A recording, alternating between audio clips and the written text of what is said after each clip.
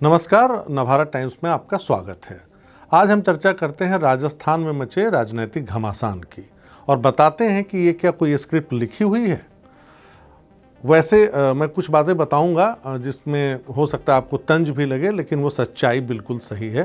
Factually कोई mistake नहीं है, तो आप इस पर ज़रा ध्यान दीजिएगा। गांधी परिवार हमेशा कहता है कि वो अपनी जिम्मेदारियों से कभी नहीं भागा।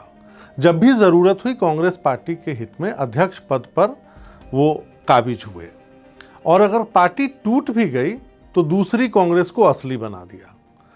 पहली बार 1969 में जब एस निजलिंगप्पा ने इंदिरा गांधी को पार्टी से निष्कासित कर दिया था, तब इंदिरा ने कांग्रेस आर रिक्विजिशनिस्ट वो बनाई थी, और 1971 की जीत के बाद कांग्रेस ओ जो दूसरा धरा था वो खत्म हो गई।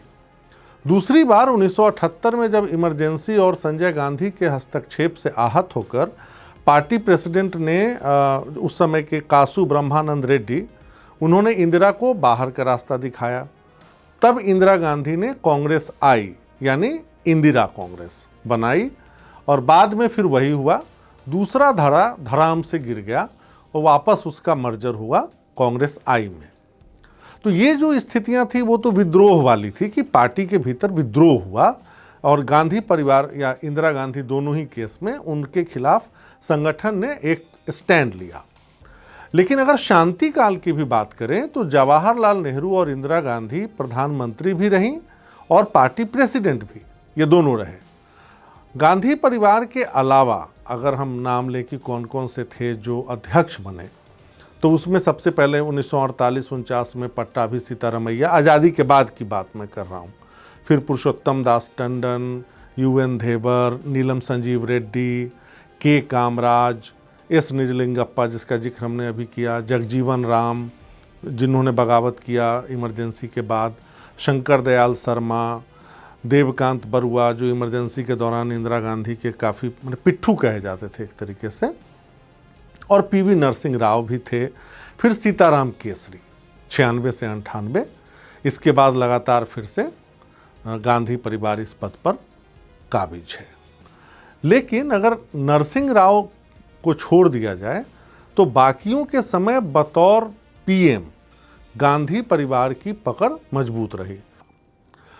अब नरसिंह राव और केसरी, सीताराम केसरी के साथ क्या हुआ ये हम सबको पता है कि कैसे सीताराम केसरी को पद खाली करना पड़ा और उनके साथ किस तरह की बदतमीजी भी हुई जो कहा जाता है। ऐसी ही खतरनाक मोड़ पर आज पार्टी आन खड़ी हुई है, और समय की पुकार शायद राहुल गांधी को बुला रही है। शायद वो फैसला बदल लें, इसलिए कि गांधी परिवार कभी भी जिम्मेदारी से दूर भागी नहीं है, जैसा मैंने पहले भी बताया। अभी जब राहुल गांधी भारत जोड़ो यात्रा पर हैं तो कांग्रेस पार्टी राजस्थान में टूट की कगार पर है। अशोक गहलोत और सचिन पायलट के बीच आर पार की लड़ाई ठनी हुई है। लेटेस्ट सूचना यह है कि मल्लिकार्जुन खड़गे और अजय माकन वापस जयपुर से लौट रहे हैं। लेकिन इस लड़ाई का सूत्रधार कौन है? क्या गांधी परिवार ही ये सब नहीं करा रहा, या इसके पीछे कुछ और ठोस रणनीति तो नहीं है? अब ये स्क्रिप्ट के हिसाब से है या नहीं मुझे नहीं पता।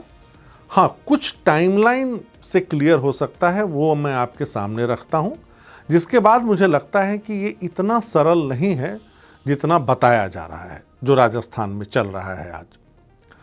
7 सितंबर को राहुल गांधी ने 3500 किलोमीटर लंबी भारत जोड़ो यात्रा का आगाज किया था। कन्याकुमारी से लेकर कश्मीर तक की यात्रा सबको मालूम है कि 5 महीने चलेगी, और इस यात्रा के बूते राहुल गांधी की छवि एक राष्ट्रीय नेता के तौर पर और मजबूत बनाने की कवायद मानी जा रही थी कि ये उसी का हिस्सा है, और ये चल भी रहा है। कल वो त्रिशूर में थे। मतलब ये तय था कि इसी बीच कांग्रेस अध्यक्ष के चुनाव की प्रक्रिया भारत जोड़ो यात्रा के दौरान पूरी हो जाएगी। 30 सितंबर तक अभी नामांकन दाखिल करने की तारीख है। 17 अक्टूबर को कांग्रेस अध्यक्ष पद का चुनाव होना है, और 19 को इसका रिजल्ट आएगा। जब कोई नेता, और आप कांग्रेस के इतने बड़े नेता जो पहले भी अध्यक्ष रह चुके हैं और भाजपा के खिलाफ इतनी बड़ी यात्रा का आगाज करते हैं, तो शुरू में तो यही माना गया कि वो अपनी स्थिति मजबूत कर रहे हैं, अपनी एक्सेप्टेबिलिटी को बढ़ा रहे हैं, जिससे कांग्रेस का राष्ट्रीय अध्यक्ष बनने की राह आसान हो जाएगी। यानी राहुल गांधी के एक और गांधी परिवार का सदस्य जो पहले भी अध्यक्ष की भूमिका निभा चुका है, लेकिन लोकसभा चुनाव में हार के बाद उन्होंने अपनी जिम्मेदारी छोड़ दी थी। अब उनकी मां सोनिया गांधी कार्यवाहक अध्यक्ष हैं। इस बीच राजस्थान से लेकर बिहार और पंजाब से तक और फिर इधर तेलंगाना से लेके और तमाम दक्षिणी राज्यों में भी कांग्रेस की राज्य इकाइयों ने प्रस्ताव पारित कर दिया और राहुल को अध्यक्ष बनाने की मांग रख दी। यह सिलसिला हाल तक मतलब एक हफ्ते पहले 21 सितंबर तक जारी रहा। इस बीच 9 सितंबर को राहुल गांधी से जब सीधा सवाल पूछा गया कि क्या वो अध्यक्ष पद का चुनाव लड़ेंगे या नहीं, तो देखिए उन्होंने कैसे घालमेल जवाब दिया। वो कहते हैं, मैं अपने बारे में क्लियर हूँ, मेरे मन में कोई कन्फ्यूजन नहीं है, भारत जोड़ो यात्रा से कोई विरोधाभास पैदा नहीं होता। अगर मैं चुनाव नहीं लड़ता हूँ तो आप सवाल पूछते हैं कि क्यों नहीं लड़े। मैं अपना मन बना चुका हूँ और मैंने अपना फैसला कर लिया है। इसके बाद 23 सितंबर को अशोक गहलोत उनसे मिलने पहुंचते हैं, मतलब आज से 3 दिन पहले। मुलाकात के बाद अशोक गहलोत बताते हैं राहुल गांधी की तरफ से, वही राहुल गांधी जो हर दिन पैदल चल रहे हैं, लोगों से बातें कर रहे हैं, तो राहुल गांधी के बिहाफ पर अशोक गहलोत बताते हैं कि गांधी परिवार से कोई पार्टी प्रेसिडेंट नहीं बनेगा, ये राहुल गांधी ने उनको बता दिया है, इसलिए वो पर्चा दाखिल करेंगे। अब ये समझ से बाहर है कि अगर इतनी साफ गोई से राहुल गांधी खुद भी चाहते तो सार्वजनिक मंच के जरिए ऐलान कर सकते थे, लेकिन ये बात निकल कर आई कि अशोक गहलोत खुद ये बताने आ रहे हैं और राहुल गांधी इस बात को सार्वजनिक तौर पर लोगों से नहीं साझा कर रहे हैं। अच्छा, और एक चीज़ और है कि जब राहुल गांधी ने ट्विटर पर भी अपना जो बायोडाटा है वो अध्यक्ष से हटने के बाद लिखा हुआ है कांग्रेस कार्यकर्ता, एक कार्यकर्ता के तौर पर अगर इतनी बड़ी जिम्मेदारी वो निभाने जा रहे हैं, अध्यक्ष कोई और होगा, तो इस यात्रा के बाद वो अपनी भूमिका क्या देखते हैं। खैर, ये 23 को अशोक गहलोत ने कहा और 24 सितंबर को कांग्रेस की कार्यकारी अध्यक्ष सोनिया गांधी ने मल्लिकार्जुन खड़गे और अजय माकन को राजस्थान भेजने का फैसला किया। ये तय हुआ कि 25 सितंबर को जयपुर में कांग्रेस विधायक दल की बैठक होगी, यानी कल।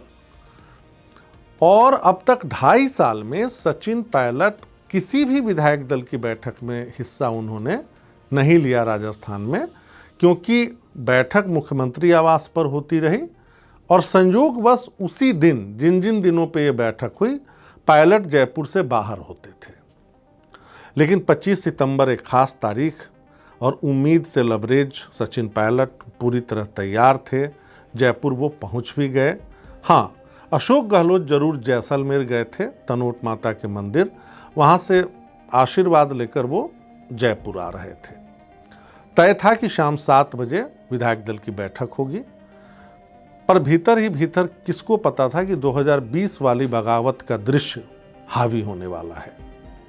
अब जो पूरा प्रकरण हुआ कल राजस्थान में, उससे 4 गंभीर सवाल पैदा होते हैं जो मैं आपके सामने रखता हूं और आप भी सोचिए कि क्या ये सवाल सही हैं या गलत। नंबर 1, अशोक गहलोत तो चुनाव लड़ने जा रहे हैं, अभी फैसला नहीं हुआ है। शशि थरूर के अलावा कुछ और नेताओं ने भी उम्मीदवारी का पर्चा हासिल किया है।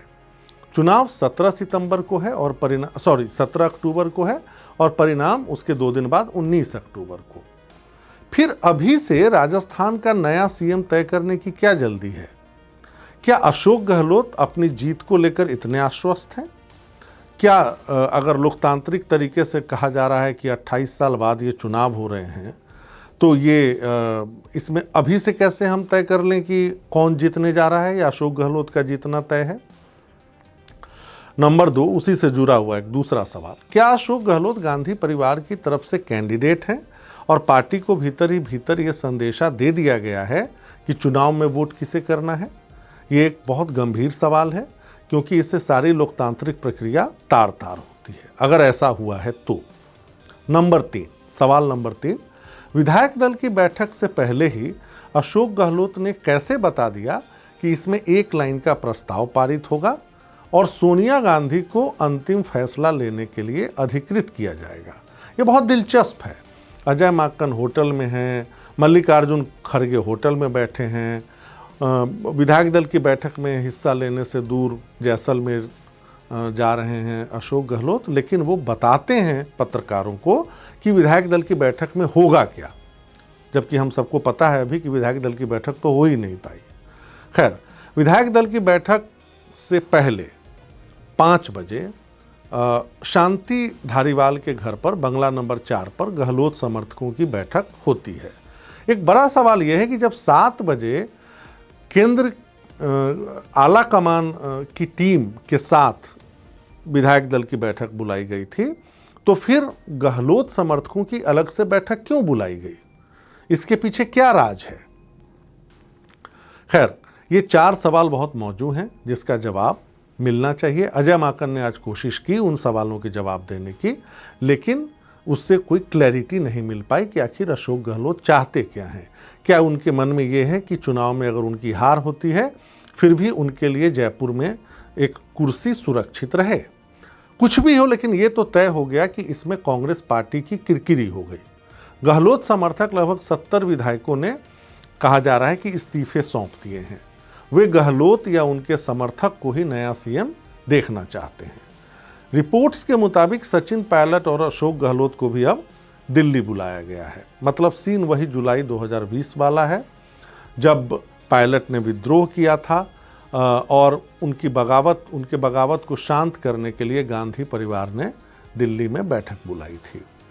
एक बात का और जिक्र करना चाहूँगा, आज जब अशोक गहलोत कैंप के लोग ये सवाल उठाते हैं कि जिन लोगों ने बगावत की उनको कुर्सी नहीं मिलनी चाहिए, तो उन्हें ये भी याद रखना चाहिए कि सचिन पायलट ने केंद्र की राजनीति छोड़ 5 साल तक बतौर प्रदेश अध्यक्ष वहाँ काम किया, जिसके बाद कांग्रेस पार्टी वसुंधरा राजे को हराकर सत्ता में आई थी। इसलिए उनकी भूमिका को नज़रअंदाज नहीं किया जा सकता, और यूथ ब्रिगेड के नेता थे तब। तो कुल मिलाकर कांग्रेस पार्टी के सामने एक बड़ा संकट पैदा हो गया है। राजस्थान में अगले साल चुनाव है, पंजाब में इससे पहले ही गुटबाजी के कारण दुर्गति हो चुकी है, उधर छत्तीसगढ़ में टीएस सिंहदेव ही सचिन पायलट के रास्ते पर हैं। वहीं नहीं, कर्नाटक, बिहार, बंगाल, सब जगह पार्टी बिखर रही है, गुटबाजी तेज है, पूर्वोत्तर हाथ से खिसक चुका है। 2024 की लड़ाई सिर पर है। इस बीच हमने देखा नीतीश कुमार और लालू यादव की मुलाकात सोनिया गांधी से हो चुकी है, तो विषम परिस्थिति है, इसलिए कि मजबूत भाजपा सामने खड़ी है। देश के सामने संकट बताकर राहुल गांधी डटकर कहते हैं कि हम उनका मुकाबला कर रहे हैं। ऐसा कांग्रेस मानती है कि वो मुकाबला कर पा रहे हैं, मैं ये नहीं कह रहा हूँ, उनका दावा है और इसीलिए भारत जोड़ो यात्रा वो कर रहे हैं। लेकिन फिर अब रास्ता क्या बचता है कांग्रेस में जो संकट है उसको देखते हुए? तो अभी भी नॉमिनेशन में 4 दिन बचे हैं, 30 तक आप पर्चा दाखिल कर सकते हैं कांग्रेस अध्यक्ष पद के लिए। तो क्या राहुल गांधी पर्चा भर सकते हैं?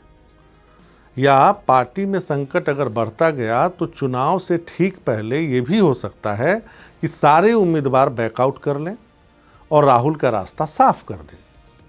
अब हमें ये सिर्फ पता नहीं है कि रास्ता बनाया जा रहा है या परिस्थितियां उस ओर धकेल रही हैं कि राहुल गांधी फिर से कांग्रेस का अध्यक्ष बने। ये आप तय कीजिए कि कहानी कोई स्क्रिप्टेड तो नहीं है। आज के लिए इतना ही, फिर बुधवार को हाजिर होंगे नए विषय के साथ। तब तक के लिए नमस्कार।